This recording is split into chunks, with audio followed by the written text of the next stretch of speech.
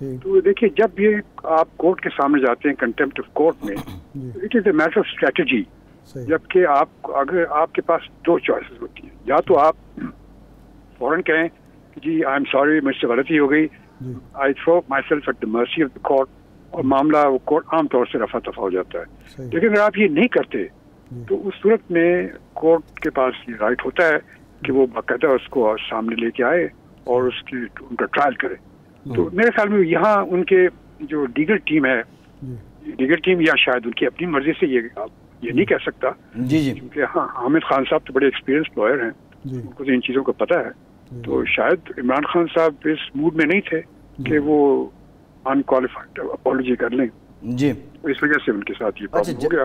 ابھی بھی چانس ہے وہ کر سکتے. اچھا جسٹس صاحب، یہ چارج فریم ہونے سے پہلے آپ کہہ رہے ہیں کہ ان کے پاس آپشن ہے، اور چارج اگر فریم اب چارج فریم ہوگا نا تو اس میں پوچھا جاتا ہے کہ آپ جس سے عام ٹرائل میں ہوتا ہے یو پلیڈ گلٹی اور ناٹ گلٹی، تو اس وقت آپ کے پاس چانس ہوتا ہے کہ آپ کہہ سکتے ہیں کہ جی I plead guilty but I offer my apology, I throw myself at the mercy of the court.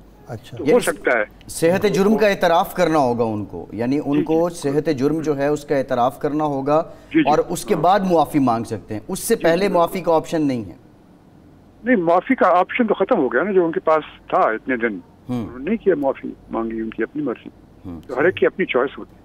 اور پھر یہ کورٹ کا اختیار ہے کہ وہ ان کی اس معافی کو قبول کریں یا نہ کریں. جی یعنی اب ہم یہ کہہ سکتے ہیں کہ بال جو عمران خان صاحب کے کورٹ میں تھی اب وہ پریکٹیکلی اسلام آباد ہائی کورٹ کے پاس جا چکی ہے. یہاں بال کی بات تو نہیں ہے نا، کورٹ کا تو معاملہ بال سے تو نہیں ہوتا کہ بال کس طرح، کورٹ کے تو پروسیجرز ہوتے ہیں، دے آبزرو دیئر پروسیجرز. جو ان کا پروسیجر انہوں نے آبزرو کیا، انہوں نے موقع دیا ان کو اپنے جو ایکسپلینیشن جو تھا اس کو آرگیو کرنے کا وہ کیا، اور بار بار کورٹ نے یہ کہا کہ آپ جسٹیفائی کر رہے ہیں. وہ ہنٹ تو کافی تھا کہ اگر اس وقت بھی وہ کہہ دیتے اٹھ کے کہ جی میں معافی مانگ رہا ہوں اور اس سے غلطی ہو گئی تو معاملہ ختم ہو گیا ہوتا.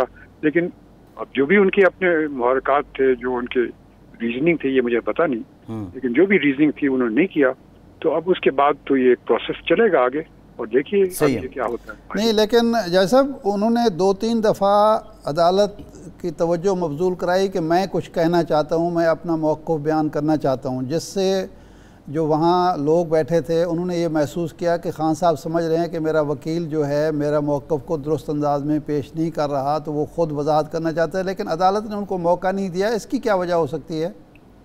دیکھیے عدالت کے رولز یہ ہوتے ہیں کہ جب آپ کا کوئی وکیل کاؤنسل کورٹ کے سامنے آرگیو کر رہا ہوتا ہے یا کھڑا ہوتا ہے تو آپ کو کوئی حق نہیں ہوتا کہ آپ وہ کھڑے ہو جائیں. آپ یہ کر سکتے ہیں کہ یہ کہہ سکتے ہیں کہ میں اس وکیل کو ہٹاتا ہوں اور میں خود آرگیو کرنا چاہتا ہوں، یہ آپ کہہ سکتے ہیں. جب تک کہ آپ کا وکیل موجود ہے اس وقت تک کورٹ کا ڈیکورم یہ ہوتا ہے اور رولز ہوتے ہیں کہ آپ نہیں کہہ سکتے. اور اگر کورٹ خود کہہ دے کہ آپ آئیں اور آ کے بتائیں وہ الگ بات ہے. یہاں پہ تو ہوا یہ تھا کہ وہ میسج بھیج رہے تھے حامد خان صاحب کو، لیکن وہ آگے کچھ بات نہیں ہوئی، کورٹ کی کوئی انوالومنٹ نہیں آئی اس کے اندر. صحیح ہے. اچھا جسٹس صاحب، verbal statement on a simple paper اور اسٹیٹمنٹ آن ایفیڈیوٹ قانونی اعتبار سے یہ ان کی نوعیت کیسے مختلف ہے؟ دیکھیے ایفیڈیوٹ کا مطلب یہ ہوتا ہے کہ آپ اوتھ پہ کوئی چیز کہہ رہے ہیں جی، اور اوتھ پہ جو چیز ہوتی ہے وہ پکی بات ہوتی ہے، اور اگر اس کی آپ وائلیشن کرتے ہیں تو اس میں آپ کی سزا ہے. اللہ میاں کے پاس بھی سزا ہے اور ملک میں بھی سزا ہے. تو وہ اور بات ہوتی ہے. اسٹیٹمنٹ ایک آرڈنری اسٹیٹمنٹ ہوتی ہے، آپ ہر روز آدمی اسٹیٹمنٹ دیتا رہتا ہے، وہ تو اور بات ہے. صحیح ہے، ٹھیک ہے. اچھا اب یہ جو توہین عدالت کا معاملہ ہے اس میں ذرا ہمارے ویورز کو یہ بھی بتا دیں، اگر یہ کنوکشن ہو جاتی ہے تو پھر سزائیں کس نوعیت کی ہیں، کتنی سزا ہو سکتی ہے اور کس طرح کی ہو سکتی ہے؟ دیکھیے اس میں یہ ہوتا ہے کہ اگر کورٹ اس نتیجے میں پہنچتی ہے کہ وہ گلٹی ہے تو اس وقت میں کورٹ کنوکٹ کر دیتی ہے، جس طرح کرمنل کیسز میں ہوتا ہے، اور کنوکشن کے بعد پھر سزا پروناؤنس کرتی ہے. سزا میکسیمم اس کی 6 مہینے سمپل امپریزنمنٹ ہوتی ہے، لیکن کوئی ضروری نہیں ہے کہ پورے 6 مہینے دیے جائیں. ایسا بھی ہوتا ہے جس یوسف رضا گیلانی کو جی کنوکشن ہو گئی.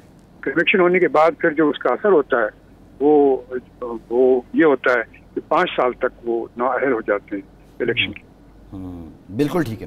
بہت شکریہ جسٹس عثمانی صاحب، آپ کے وقت کا. ایک بریک کے بعد دوبارہ حاضر ہوتے ہیں.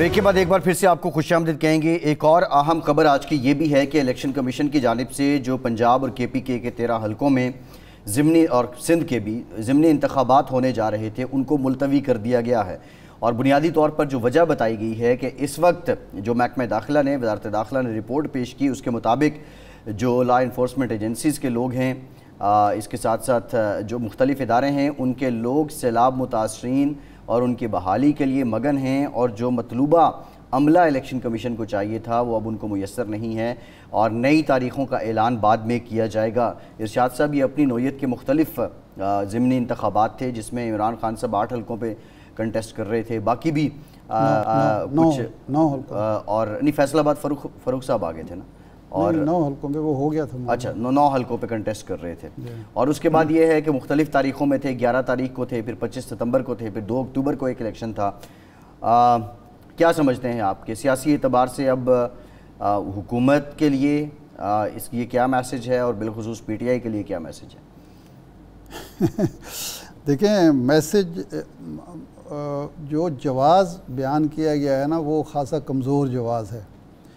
نہ تو کراچی میں سیلاب ہے، نہ ملتان میں سیلاب ہے، نہ چشتیہ میں سیلاب ہے، نہ ننکانہ میں سیلاب ہے، نہ فیصل آباد میں سیلاب ہے، نہ پشاور میں سیلاب ہے۔ سیلاب جن نشستوں پر الیکشن ہو رہا ہے وہ 4 سدہ کی سیٹ ہو سکتی ہے، ایک آدھ سیٹ اور ہو سکتی ہے، وہ جیکب آباد والی سیٹ ہو سکتی ہے جو سیلاب زدہ ہے، تو یہ تو کوئی جواز بنتا نہیں ہے۔ لیکن اس سے کمزوری یہ ظاہر ہوتی ہے کہ شاید عمران خان صاحب چونکہ ان حلقوں میں الیکشن لڑ رہے ہیں، اور جس طرح 17 جولائی کے انتخابات میں پلڑا تحریک انصاف کا بھاری تھا، عمران خان کا بھاری تھا، تو اب بھی پلڑا بھاری نظر آ رہا ہے، تو جواز پیش کر کے الیکشن کمیشن کو تو آپ مطمئن نہیں کر سکتے، کیونکہ اس کے پاس اپنے نہ تو لا انفورسمنٹ ایجنسی ہے وہ، نہ اس کے پاس اپنے لوگ ہیں کہ وہ ہر جگہ الیکشن کرا سکیں۔ ان کو تو ظاہر بات ہے وزارت داخلہ نے ایک رپورٹ پیش کی ہوگی، باقی اداروں نے بھی کہا ہوگا، جی محکمہ تعلیم نے کہا ہوگا ہم ٹیچر نہیں دے سکتے، دوسرے کسی طرف سے ہوگا کہ ریٹرننگ افسر اور وہ جو پریزائڈنگ افسر ہیں وہ اویلیبل نہیں ہیں، پولیس اویلیبل نہیں ہے، تو وہ تو الیکشن کمیشن تو ظاہر بات ہے کہ وہ محتاج ہے ان اداروں کا، اس نے تو یہی فیصلہ کرنا تھا۔ لیکن اس سے حکومت کی یا حکمران جماعت کی کمزوری کا اظہار ہوتا ہے۔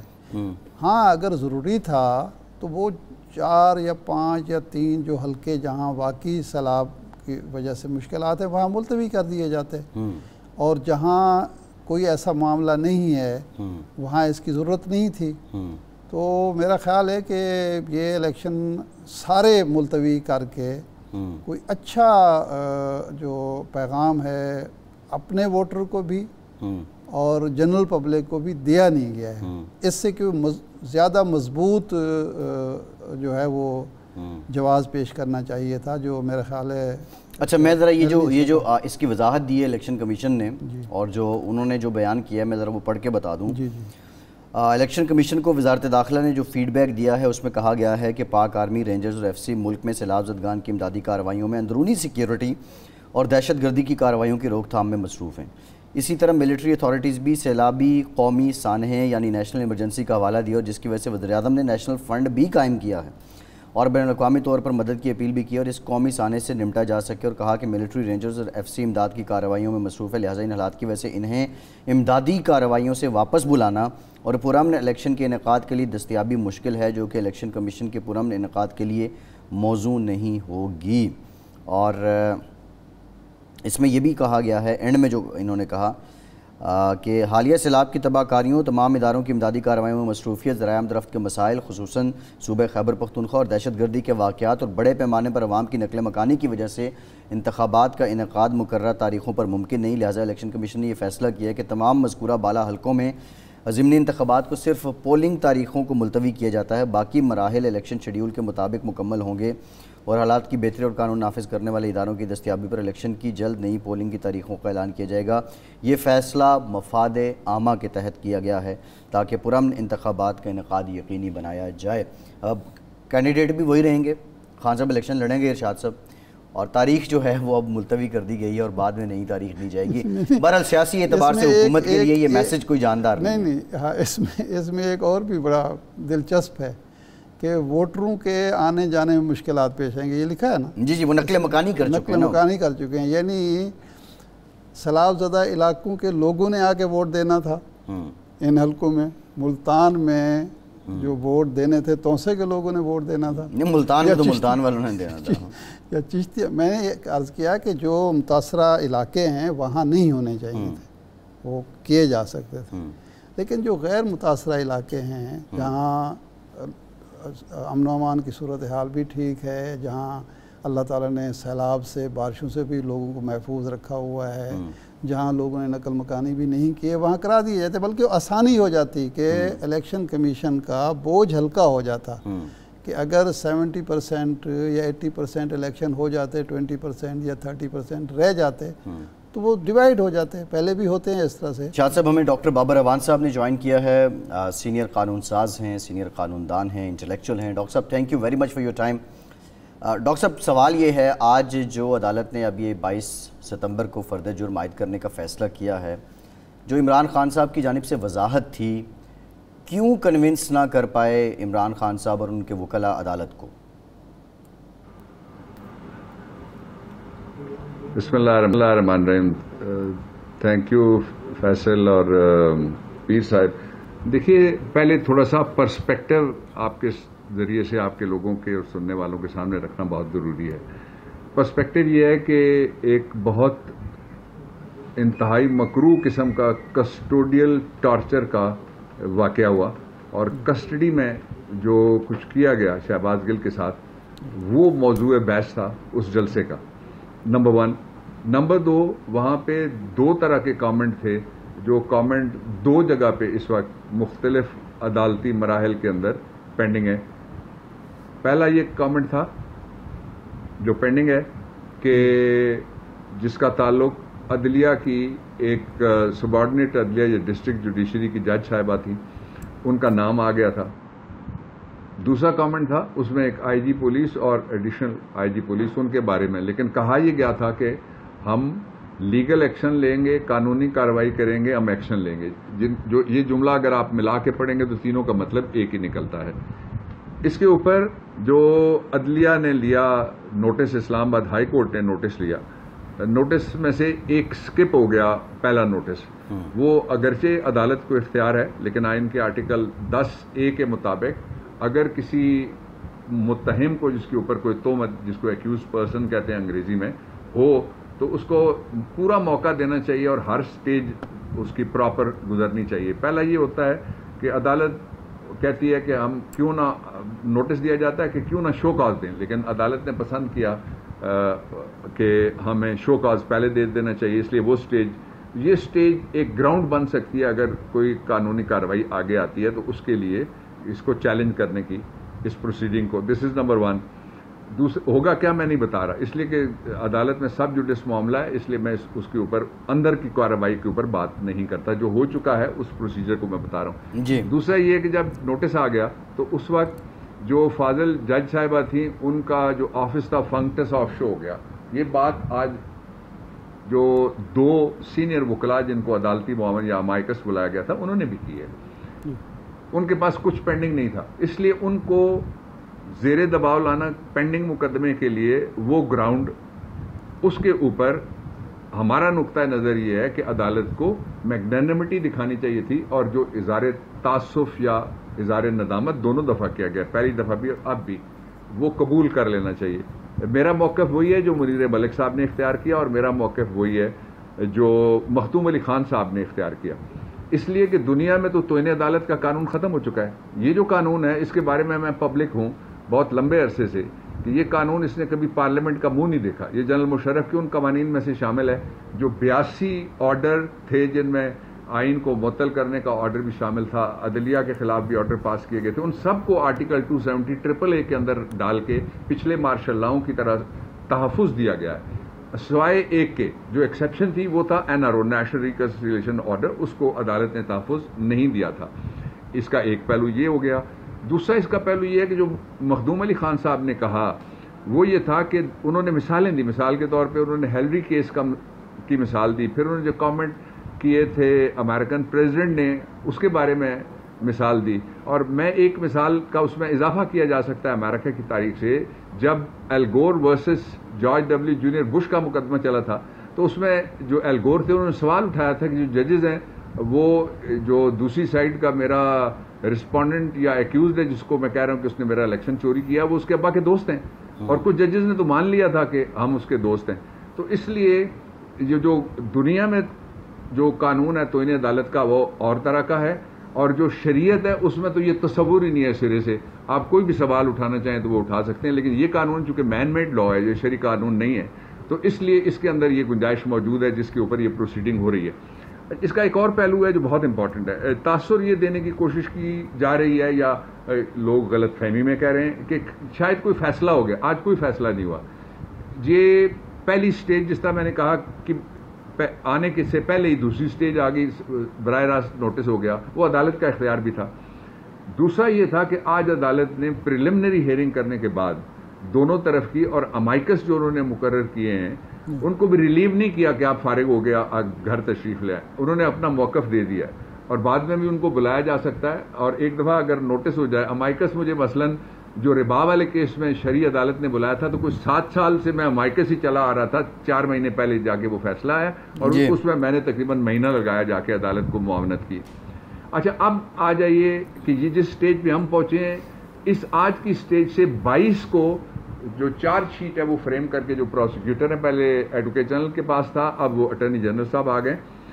عدالت کی یہ مرضی ہے, وہ کسی کو بھی پروسیکیوٹر لگا سکتے ہیں. ایک دفعہ اٹارنی جنرل ایک تھے, ان پہ عدم اعتماد کر کے عدالت نے ان کو ہٹا بھی دیا تھا. اگر کوئی سائڈ اعتراض کرنا چاہے تو اس کو بھی حق حاصل ہوتا ہے. تو یہ 22 تاریخ کو پھر جو چارج شیٹ بنا کے لائی جائے گی, اس وقت ایک اور موقع آئے گا جس کے اوپر وہ کہیں گے کہ مجھے یہ چارج قبول ہے یا میں اس سے انکار کرتا ہوں. تو پھر اس کے بعد ٹرائل شروع ہوگا. اب ٹرائل یہ نہیں ہو سکتا کہ یہ سی ڈی ہے اور اس کے اوپر فیصلہ ہو جائے. وہ دوسری سائڈ کو ایویڈنس جو بھی آتی ہے, جو ایڈورسریل سائڈ ہے, پروسیکیوٹر جب ایویڈنس لاتے ہیں تو ایڈورسریل سائڈ وہ ہوتی ہے جو ڈیفینس کرنا چاہتی ہے, تو وہ پھر جرا بھی کر سکتی ہے ان کے اوپر. اچھا, پھر جو ایک دونوں وکلاء نے کہی جو امائکس تھے, میں نے آج تجربہ بھی کیا وہ پھر جا کے, میں آج عمران خان کی طرف سے ایک بیل پٹیشن تھی جو ایک سیشن جج صاحب کے پاس پینڈنگ تھی, جس میں ہم نے وہ بیل آج ایکسٹینڈ کروائی ہے 27 تک. انہوں نے پوچھا کہ دوسرا کیس جس میں آپ گئے تھے اس کی کیا تاریخ ہوئی ہے, میں نے ان کو بتائی, انہوں نے کہا وہی تاریخ رکھ لیتے ہیں. تو ایسا نہیں ہو سکتا کہ اتنی شاندار روایت رکھنے والی جو اسلام آباد کی عدالت ہے, اور یہ نیا ہائی کورٹ ہے, اور مجھے اللہ تعالیٰ نے اعزاز دیا تھا کہ میں نے اس کو تخلیق کیا 2010 کے آرڈیننس کے ذریعے سے, اور 18th کانسٹیٹیوشنل امینڈمنٹ میں پھر یہ اس کو ریگولرائز کیا گیا آئینی طور پہ کہ وہ متاثر ہو جائے. عدالتیں اسی طرح سے چل رہی ہیں, کسی جگہ کیا obstruct ہوا جسٹس, یہ بھی ایک سوال ہوگا جب ٹرائل آئے گا سامنے.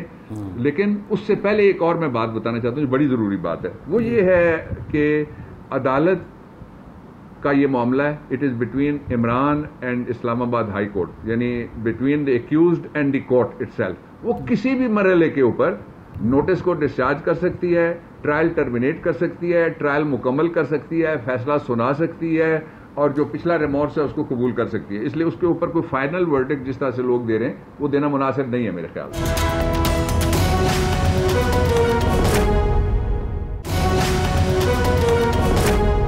ڈاکٹر صاحب, 2 چیزیں ہیں. نمبر 1 تو یہ ہے کہ یہ جو میڈیکل رپورٹ کا حوالہ دیا عدالت نے, عدالت عالیہ نے, کہ جی انہوں نے تو تشدد کو تسلیم نہیں کیا, ایک بات. دوسرا یہ ہے کہ جو جواب تھا اس میں یہ اگر مگر لگانے کی بجائے کہ اگر جذبات مجروح ہوئے ہیں, اگر عدالت یہ سمجھتی ہے غیر مشروط معافی اور عدالت کے رحم و کرم پر چھوڑنے کے الفاظ شامل نہ کرنا, یہ کسی اسٹریٹجی کا حصہ تھا, یہ عمران خان کی خواہش تھی, یا ان کے وکلاء نے ان کو یہ مشورہ دیا کہ جی ایک مشروط قسم کا معذرت نامہ یا وضاحت نامہ داخل کیا جائے؟ دیکھیے, جہاں تک تشدد کا تعلق ہے وہ تو ثابت ہوا.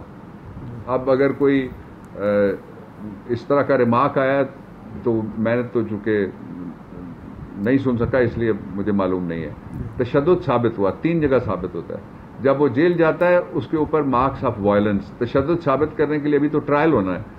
جب وہ باہر نکلے گا وہ پرچہ کروائے گا. پرچہ نہیں ہوا تو وہ 200 CRPC میں کوئی کمپلینٹ جس کو کہتے ہیں فوجداری استغاثہ دائر کرے گا. اس میں وہ ایویڈنس آ جائے گی. جیل کے اندر جو پہلا رجسٹر قیدیان ہے, ہم سیاسی جدوجہد میں گئے ہیں. نواز شریف نے 97 میں, آپ نے پھر مجھے بلایا بھی تھا لاہور میں, ایک سیمینار آپ نے کیا تھا.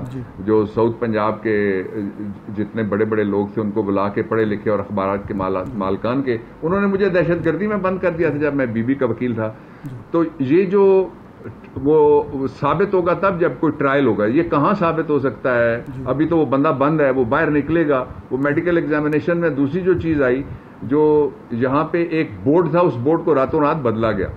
یہ ایک بات یہ بھی سامنے آئی کہ کئی بورڈ بنے تھے. یہ درست ہے اسی لیے کہ بہت سارے لوگ ایسے تھے جو کوئی اوبلائجنگ قسم کی اوپینین دینے کے لیے ڈاکٹرز تیار نہیں تھے. لیکن آخری میں بھی جو لکھا ہوا ہے وہ جو پرائیویٹ پارٹس ہیں ان کے اوپر وائلنس کے نشانات اور وہ میڈیکل ٹرمینالوجی کے اندر وہ تشدد موجود ہے. اب آ جائیے اس سوال کے اوپر کہ کیا لکھا گیا. اس کے اوپر بھی میرا موقف وہ ہے جو مخدوم علی خان صاحب نے اختیار کیا تھا. وہ یہ ہے کہ عدالت, اس کے پاس جو بھی جورسڈکشنز ہوتی ہیں, ان جورسڈکشنز کی بڑی وسعت ہے. وہ صرف اپیلیٹ عدالت نہیں ہوتی, وہ رٹ کی عدالت نہیں ہوتی, وہ صرف کرمنل میٹر کی عدالت نہیں ہوتی. جو بھی عدالت عالیہ ہے وہ صوبے یا جو اس کو بھی پروونشل سٹیٹس نہیں ملا, اس کے لیے میں پوری کوشش میں لگا ہوا ہوں کہ مل جائے کسی طریقے سے اسلام آباد کو. لیکن یہ ایک ICT آئینی حصہ ہے چھوٹا سا پاکستان کا, جس طرح سے دہلی کی عدالت ہے, جس طرح سے نیو یارک کی دہلی کی جس طرح سے صوبہ ہے, جس طرح سے نیو یارک کا صوبہ ہے. تو وہ جب ہوگا تو دیکھا جائے گا. لیکن اس سے پہلے یہ جو کچھ بھی میرا خیال یہ ہے کہ کہا گیا وہ کوئی آج والا بھی آخری بات نہیں ہے, اور جو ادھر سے کہا گیا دونوں طرف سے وہ آخری بات نہیں ہے.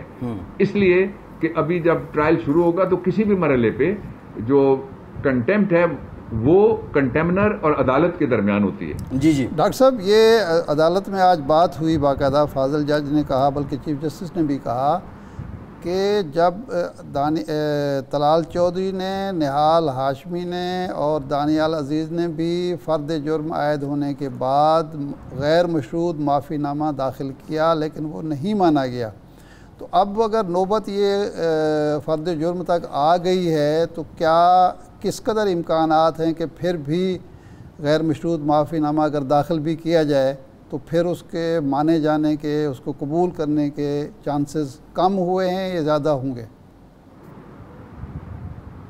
نہیں, میں چانسز اور پیشن گوئی نہیں کروں گا. اچھا, میں آپ کو صرف یہ بتا سکتا ہوں کہ کیا کوئی ایسے مقدمے موجود ہیں جہاں اینڈ پہ جا کے بھی سپریم کورٹ آف پاکستان نے موجود ہیں. ان میں ایک کراچی کے سابق چیف جسٹس ہیں, ان کا کیا ہوا کیس بھی موجود ہے. اس میں فردوس عاشق کا کیس بھی موجود ہے, اور بے شمار دوسرے کیسز موجود ہیں جہاں جو بغلی اور ضمنی اور کولیٹرل کی درخواستیں بھی بھرمار پڑی ہوئی تھی, تو لیکن عدالت نے کہا کہ ہم یہ قبول کرتے ہیں. میں آپ کو اس پہ ایک چیف جسٹس کے کیس کی بھی میں مثال دے سکتا ہوں کہ ججز کو فارغ کر دیا گیا, پھر کہا گیا تو انہیں عدالت لگائیں گے, اور پھر جو جسٹس ڈوگر کا کیس ہے وہ اگر غور سے کوئی پڑھے, آپ نے انالوجی لینا ہوتی ہے. جو فوجداری مقدمے ہوتے ہیں ان میں قانون یہ کہتا ہے, جو عدالتی قانون ہے سپریم کورٹ سے لے کے 5 ہائی کورٹس تک اور نیچے بھی عدالتیں یہ رول کرتی رہتی ہیں کہ فوجداری مقدمات کے اپنے اپنے فیکٹس ہوتے ہیں, اس لیے کوئی یونیورسل رول نہیں بنایا جا سکتا فوجداری مقدمات کے حوالے سے, پرنسپلز بنائے جا سکتے ہیں. تو وہ مقدمے موجود ہیں, اور وہاں باقی جج ہٹ گئے جب انہوں نے سوری کہا جسٹس ڈوگر صاحب نے, تو ان سے صرف ٹائٹل واپس لیا گیا, ان کے فیصلے بھی پروٹیکٹ کیے گئے اور ان کی باقی چیزیں بھی پروٹیکٹ کی. اچھا ڈاکٹر صاحب, ایک سوال یہ بھی ہے, ہوا تھا جب بہت سارے جج نکل چکے. جی ڈاکٹر صاحب, ایک سوال یہ بھی ہے کہ اب اگر غیر مشروط معافی کی طرف جاتے ہیں خان صاحب, تو اس سے پہلے چارج فریم ہوگا, تو پھر صحت جرم سے انکار تو وہ نہیں کریں گے, انکار کر کے معافی کیا مانگی جا سکتی ہے؟ دیکھیں, وہ لیٹ دی برج کم, پہلے میں نے پہلے بھی کہا ہے, میں پیشن گوئی کوئی نہیں کرنے والا. میں جو آپ کو بتا سکتا ہوں وہ یہ ہے کہ اس وقت پاکستان میں 3 طرح کے بڑے ایشوز ہیں. آپ کو یاد ہے کہ ٹی ویوں پہ ایک دھماکہ دکھاتے تھے کہ عمران خان نے 2.70 یعنی 2 روپے 70 پیسے پیٹرول کا ریٹ بڑھا دیا. آج کتنا بڑھتا ہے؟ کہاں ہے وہ کہنے والے کہ یہ پیٹرول بم گر گیا؟ کہاں ہے وہ جو کہتے تھے کہ ایک اور دھماکہ عوام کے سر لے کے اڑ گیا؟ اور اس وقت کیا ریٹ تھا؟ 130 کے قریب، 29 کے قریب تھا بیرل پر بیرل ڈالرز میں، اور آج وہ 80 کے قریب ہے. کچھ مائنس پلس ہو سکتا ہے، اوپر ہو سکتا ہے، نیچے ہو سکتا ہے تھوڑا. تو آج وہ کدھر گئے؟ دوسرا یہ ہے کہ جس دیش کے ہر چوراہے پر 2-4 بکاری پھرتے ہوں اور جس دیش کے گلی کوچوں میں امدادی تھیلے گرتے ہوں، وہ زمین پہ گرنے کے بعد جو جن علاقوں میں ایک تونسا کی غالباً اس طرف سے ایک ویڈیو آئی ہے، وہ دیکھیں نا، لوگ ایک تھیلے کے لیے کس طرح سے ایک دوسرے پہ تشدد کر رہے ہیں. وہ کدھر گیا؟ وہ سارا کدھر ہے آج اس وقت نیریٹو؟ اس کے بعد جو تیسری اور سب سے بڑی بات یہ ہے کہ پاکستان کو جو امداد باہر سے آئی ہے، وہ امداد بھی پہلے بھی جب امداد آتی رہی ہے تو ایک ہار چوری ہو گیا تھا، پتہ لگا کہ جی اردوان صاحب کی بیگم صاحبہ قربان ہو گئیں جب انہوں نے دیکھا لوگوں کی پلائٹ کو. پھر جب آئی انجلینا جولی، اس نے کیا لکھا پاکستان کے بارے میں کہ میں گئی تھی تو لیڈرشپ کیا کر رہی تھی. پھر لندن سے کیا الزام لگا تھا کہ 2010 کے اندر کے کس نے کون سے پیسے چوری کر لیے ہیں، وہ بھی ابھی کسی جگہ وہ بھی چل رہا ہے. اصل بات یہ ہے کہ یہ جو امپورٹڈ رجیم ہے، اس کو پرپیچویٹ کرانے کے لیے، قائم رکھنے کے لیے، آگے بڑھانے کے لیے اس وقت کوشش یہ ہو رہی ہے کہ ضمنی مسائل کے اوپر لوگوں کی توجہ رہے. میرے خیال میں کوئی ہمیں ججمنٹل ہونے کی ضرورت نہیں ہے. عدلیہ کے لیے عمران خان کی 4 باتیں میں ریکارڈ پہ لانا چاہتا ہوں. پہلا، وہ زندگی میں پہلی بار اور آخری بار ابھی تک جب وہ جیل گئے تو وہ عدلیہ کی آزادی کے لیے گئے تھے. اس کے بعد ہمارے دور میں اگر کوئی کسی جگہ پہ کوئی غلط ججمنٹ کال بھی آئی کسی منسٹر کی طرف سے تو انہوں نے مانا کہ یہ غلط بات تھی. اس لیے یہ کہنا کہ وہ کوئی ٹھیک بات نہیں مان سکتے، یہ بھی بالکل ریکارڈ کے خلاف ہے. اور تیسری بات یہ ہے کہ اس سے زیادہ وہ جو موومنٹ چلی تھی کیوں نکالا والی، اس میں کیا کہا گیا؟ میں فیصل، مجھے آپ بھی بڑے اچھے لگتے ہیں اور پیر صاحب بھی میرے بیٹھے ہوئے ہیں، میں آپ کا شو نہیں بند کرانا چاہتا. میں نے ایک جملہ بولنا ہے، ٹوں ہو جانی ہے یا ٹاؤں ہو جانی ہے. نہیں ڈاکٹر صاحب، اس لیے ہم آپ سے وہ اس پہ میں ایک شعر سنا دیتا ہوں آپ کو. ایک شعر سناتا ہوں. وہ ہوائے کوفہ نامہرباں کو کیا معلوم کہ لوگ خیمہ صبر و رضا میں زندہ ہیں. جی ڈاکٹر صاحب بہت شکریہ. ڈاکٹر بابر اعوان صاحب ہمارے ساتھ موجود، سینئر قانون ساز، سینئر قانون دان. ایک بریک کے بعد پاکستان پیپلز پارٹی کے سینئر رہنما فیصل کریم کنڈی صاحب ہمیں جوائن کریں گے. ہمارے ساتھ رہیے.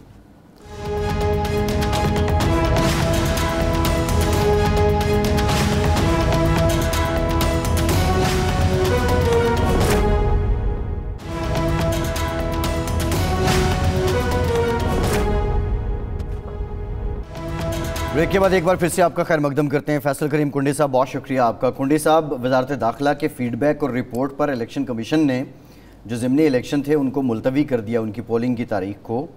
یہ وزارت داخلہ نے جو رپورٹ پیش کی ہے، کیا حکومت کسی خوف کا شکار ہے؟ بسم اللہ الرحمن الرحیم. دیکھیں، آپ کے پروگرام سے کچھ ٹائم پہلے یہ میں نے دیکھا ٹی وی پہ کہ الیکشن کمیشن نے ایک فیصلہ کیا ہے کہ ضمنی الیکشن جو ہے وہ ملتوی کیے گئے ہیں. اس کے جو ہے وہ تفصیلی تو مجھے نہیں پتہ، لیکن سیلاب میں کیونکہ ہمارے سیکورٹی فورسز کے جوان جو ہیں، فوج کے جوان جو ہیں، وہ ریلیف آپریشن میں مصروف ہیں.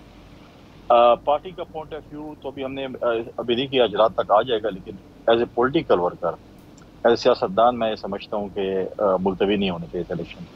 اگر ملتوی کرنے سے تو بہت پہلے کرنے چاہیے. فلڈ آج نہیں ہے، فلڈ کافی عرصہ پہلے آیا ہے. اگر فلڈ کا بہانا تھا تو کافی عرصہ پہلے جو ہے الیکشن ملتوی ہو جانا چاہیے تھا. آپ نے کینڈیڈیٹس کے اوپر، باقیوں کے اوپر الیکشن مہم چلوائی، سب کچھ کیا. غالباً ملتان کا الیکشن تو آخری مراحل میں تھا، 4-5 دن رہ رہے تھے، 11 کو تھا غالباً، اور آپ نے کر دیا. اور کیونکہ پی ڈی ایم اور اس کی اتحادی جماعتیں اس وقت حکومت میں ہے، تو اپوزیشن کو بالکل آپ نے ٹائم دیا، آپ نے ان کو موقع دیا کہ وہ جو ہے وہ ہر ٹی وی پروگرام میں آج سے جو ہے وہ الزام لگائے گی کہ جی ہم تو الیکشن سارے جیت رہے تھے، حکومت نے رائے فرار اختیار کی، اس میں حکومت ملوثیہ نہیں تھی. وزیر داخلہ نے جو اسٹیٹمنٹ دی ہے، جو رپورٹ دی ہے وزارت داخلہ نے، تو ڈیفینیٹلی اپوزیشن کو آپ نے ایک موقع دیا ہے کہ وہ حکومت اٹھے گی جی ہم ساری سیٹیں جیت رہے تھے اور آپ لوگ جو ہے اس سے بھاگ گئے. کیونکہ میں نے پہلے بھی ٹی وی پروگرام میں 2-4 میں کہا، 1-2 دن پہلے کہ تمام پولیٹیکل پارٹیز کو بلانا چاہیے سی پی کو اور اس کے بعد فیصلہ کرنا چاہیے. اگر تمام پولیٹیکل پارٹیز ایگری کرتی ہیں کہ یہ چیز ہو جانی چاہیے تو پھر یہ چیز ہو جانی چاہیے تھی. لیکن میں ایز اے پولیٹیکل ورکر میں اس فیصلے ای سی پی کا فیصلہ ہم اس کا احترام کرتے ہیں, لیکن مجھے تھوڑا بہت اس سے ذاتی طور پہ اختلاف ہے. کنڈی صاحب آپ بالکل ایک اصولی موقف بیان کر رہے ہیں. اصل میں ای سی پی کے پاس تو ایک جواز موجود ہے کہ چونکہ اس کے پاس کوئی اپنا ذاتی عملہ تو نہیں ہے کہ وہ الیکشن کرا سکے. ظاہر ہے کہیں سے انہوں نے پریزائڈنگ افسر لینے ہیں, کہیں سے انہوں نے پولنگ کا دوسرا عملہ لینا ہے, کہیں سے سیکیورٹی لینی ہے. لیکن یہ وزارت داخلہ نے یا وزیر داخلہ نے بھی اپنی اتحادی جماعتوں سے مشورہ نہیں کیا ہوگا, پی ٹی آئی سے ہو نہ ہو, آپس میں تو مشورہ ہونا چاہیے کہ بھئی اتنا بڑا ہم اقدام کر رہے ہیں جس کا فائدہ پی ٹی آئی کو ہوگا, سیاسی فائدہ. تو اس کا مطلب ہے مشاورت وہاں پی ٹی ایم کی سطح پہ یا حکومت کی سطح پہ مشاورت کا فقدان ہے. دیکھیں میرے اپنے علاقے میں ڈیر اسماعیل خان میں فلڈ آیا ہوا ہے اور میں میں بالکل کنیکشن اس حوالے سے نہیں تھا. میں بالکل آپ کے ساتھ کل یا پرسوں اگر آپ کا پروگرام میں نے نہیں پوچھا اپنی میں اس مشاورت کا حصہ نہیں تھا اور میں نے پارٹی سے ابھی تک نہیں پوچھا کہ ایسے یا مجھے انفارمیشن نہیں ہے کس قسم کی مشاورت ہوئی یا نہیں ہوئی ہے. اگر ہوئی ہے اور ہماری پارٹی سے ملوث ہے تو بالکل میں آپ کو اس پہ بھی فیڈ بیک دے سکتا ہوں. اگر نہیں ہوئی تو میں سمجھتا ہوں کہ یہ ایک غلط بات ہے. اگر ایک چیز یہ کرنا چاہیے تھا کیونکہ اس میں جو الیکشنز ہو رہے ہیں اس میں اگر ہم حکمران جماعت کے اتحادی جماعتیں جو ہیں وہ سارے اگر اکٹھے الیکشن لڑ رہے ہیں ایک ایک کینڈیڈیٹ دیے ہوئے تو ان کو اعتماد میں لینا بہت ضروری تھا. لیکن مے بی فون پہ بات ہوئی, مجھے تو ایسی میٹنگز نظر نہیں آئی, نہ آپ کو نظر آئی ہے کوئی ایسی میٹنگز ہوئی ہوں, کوئی میٹنگ ہوگی جس میں انہوں نے فیصلہ کیا ہو. لیکن اگر اعتماد میں نہیں لیا تو بہت بڑی زیادتی ہے, اور اگر اعتماد میں لیا ہے تو میں سمجھتا ہوں کہ ایسی چیز نہیں ہونی چاہیے. اچھا, کل رانا ثناء اللہ صاحب ایک ٹی وی انٹرویو میں یہ کہہ رہے تھے کہ میرا نقطہ نظر یہ ہے کہ ہمیں جو ٹاسک ملا تھا کہ ملک کو ڈیفالٹ سے بچانا ہے تو آئی ایم ایف کے معاہدے پر عمل ہو گیا, ہم ڈیفالٹ سے بچ گئے, تو ذاتی میری رائے یہی ہوگی کہ اب ہمیں الیکشن کی طرف چلے جانا چاہیے. تو آپ بھی سمجھتے ہیں ایک پولیٹیکل ورکر کے طور پر, ایک سینئر پولیٹیشین کے طور پر, آپ کی پارٹی سمجھتی ہے کہ اب ہمیں بجائے مزید ڈیڈ لاک کو برقرار رکھنے کے جو صورتحال ہے الیکشن کی طرف ہی جایا جائے یہ سیلاب کے معاملات سے نمٹنے کے بعد؟ دیکھیں یہ تو کلیکٹیو رسپانسبلٹی ہے حکومت کی اور اس کی اتحادی جماعتوں, جو بھی اتحادی جماعتوں کی تھی کہ ہم ملک کو ڈیفالٹ سے بچائیں, مشکل فیصلے کیے. کسی ایک منسٹری کا یہ کام نہیں تھا. اگر زیادہ امپورٹنٹ منسٹری کا جو کام تھا وہ فائنانس منسٹری کا کام تھا. رانا ثناء اللہ صاحب کی رائے کا میں آپ احترام کروں گا, لیکن اگر رانا ثناء اللہ کا خدا نخواستہ حلقہ ڈیر اسماعیل خان, ڈیر غازی خان, بلوچستان اور سندھ ہوتا پھر میں اس کو بولتا کہ آپ جلد الیکشن کرا لیں اور عوام میں جا کر دیکھ لیں کہ آپ کو پتہ چل جائے کیا پوزیشن ہے. اس وقت آپ جلد الیکشن کرائیں اور سیاستدانوں کو بولیں ذرا آپ عوام میں جائیں جہاں پر فلڈ آیا ہوا ہے. پھر مجھ سمیت جو سیاستدانوں کا حال ہونا ہے, جو لوگ بھوک سے مر رہے ہیں, جن کے بچے بھوک سے مر رہے ہیں, جو بے سر و سامانی کی حالت میں بیٹھے ہوئے ہیں, جن کو مطلب ہے کہ اپنے روزگار کی پڑی ہے, ان کو مطلب ہے کہ 2 وقت کی روٹی کی پڑی ہوئی ہے. سیلاب زدہ علاقوں میں آپ لوگوں کا حال تو دیکھیں کیا ہو رہا ہے, اور ہم کہیں گے جی میں تو آیا ہوں مجھے ووٹ دو. اچھا یہ فیصل صاحب یہ بات ٹھیک ہے, فیصل صاحب یہ آپ کی بات ٹھیک ہے, یعنی حالات جو ہیں وہ بہت نازک ہیں اور بالخصوص سیلاب زدہ علاقوں میں. زرداری صاحب نے ایک ٹائم میں کہا تھا عمران خان صاحب جب وزیر اعظم تھے کہ یہ حکومت اپنے وزن سے گرے گی. عدالت میں آج کارروائی ہوئی آپ کے سامنے اور عمران خان صاحب کا جو اپنا کنڈکٹ ہے وہ ان کے آڑے آ رہا ہے. کیا یہ پچھلے دنوں جو عمران خان صاحب کی گرفتاری کی بات ہو رہی تھی, آصف زرداری صاحب اور پیپلز پارٹی نے اس کی مخالفت کی تھی کہ عمران خان صاحب کو گرفتار نہیں کرنا چاہیے کیونکہ آپ کا یہ بلیو ہے کہ وہ اپنی غلطیوں سے اسی دلدل میں پھنسیں گے؟ دیکھیں اگر ان کے اوپر کوئی ایسا کیس ہے جس میں مطلب ہے کہ آئین اور قانون کہتا ہے کہ اس کی گرفتاری ہونی چاہیے تو پھر عمران خان صاحب کوئی زرداری سے بڑے آدمی نہیں ہے, وہ کسی اور سیاستدان سے بڑے آدمی نہیں ہے. ماضی میں اگر آپ دیکھیں جس طرح پولیٹیکل وکٹمائزیشن ہوئی, آصف علی زرداری صاحب کو گرفتار کیا گیا, خورشید شاہ کو گرفتار کیا, فریال طاہر صاحب کو گرفتار کیا, رانا ثناء اللہ صاحب کے اوپر جیسے کیس بنائے گئے یا باقی لوگوں پر جس طرح کیس بنائے گئے, گرفتار کر لیا پھر کہا کہ اپنے آپ کو ثابت کریں کہ آپ بے گناہ ہیں, اور پھر کیا ہوا ان کیسز کا. تو ہم نہیں سمجھتے کہ ایسے کیس میں گرفتار کیا جو جس کا کوئی سر اور پاؤں نہ ہو, اور اگر اس میں ایسی چیز ہے جس میں واقعی انہوں نے ایسا کوئی عمران خان کی گرفتاری سیاسی اعتبار سے حکومت کو فائدہ دے گی یا نقصان؟ سیاسی اعتبار سے نہ ہمیں فائدہ ہے نہ نقصان ہے. کوئی عمران خان کی گرفتاری کوئی اتنی بڑی چیز نہیں ہے. اگر انہوں نے غلط کام کیا ہے تو بالکل وہ گرفتار ہوں گے، اگر انہوں نے غلط کام نہیں کیا تو ان کو چھپنے کی ضرورت نہیں ہے، تو پھر گرفتار نہیں ہوں گے۔ لیکن جو چیز جو ابھی چل رہی ہے، جو آج کورٹ میں چل رہا ہے، کنٹمپٹ آف کورٹ میں، تو اس ماضی میں یوسف رضا گیلانی صاحب ایز اے پرائم منسٹر بھی آپ کو پتہ ہے کہ ڈسکوالیفائی ہوئے تھے، اور اب ابھی ان کے اوپر ہے، تو یوسف گیلانی صاحب ایز اے پرائم منسٹر ہوئے تھے، تو پرائم منسٹر بھی نہیں ہے، تو قانون تو اور ایک پاکستان اور قاعدہ کہ پاکستان میں تو قانون سب کے لیے برابر ہونا چاہیے، آپ کے لیے بھی اور میرے لیے بھی، عمران کے لیے بھی اور کسی اور چیز کے لیے۔ اور اس میں اگر عمران جو کنڈکٹ اس وقت کر رہے ہیں، ماضی میں ہم سمجھتے ہیں کہ ہماری کچھ غلطیاں ہوئی تھی اور ہم کسی وجہ سے یوسف رضا گیلانی صاحب جو ہے وہ ڈسکوالیفائی ہوئے تھے، مجھ سے پہلے جو صاحب تھے ان کے مشوروں سے۔ اب ان شاء اللہ تعالیٰ فکر نہ کریں، عمران خان صاحب کو وہی شخص مشورے دے رہے ہیں، تو مجھے کوئی اچھائی کی امید نظر نہیں آ رہی۔ جی ٹھیک، بہت شکریہ فیصل کریم کنڈی صاحب آپ کا، ارشاد صاحب آپ کا۔ پروگرام کا ٹائم ختم ہو گیا، اجازت دیجیے۔